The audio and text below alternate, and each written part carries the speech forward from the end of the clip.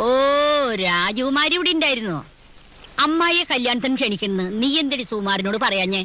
അയ്യോ, ഞാൻ പറഞ്ഞു. അപ്പൊ സുഖമായിട്ടും പറഞ്ഞു അമ്മായി നമ്മുടെ ആരുമല്ല വിളിക്കണ്ടെന്ന്.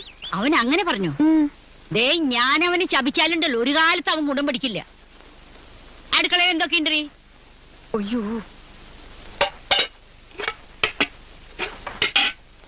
മീനൊന്നും വാങ്ങിച്ചില്ലേ? ഇല്ല.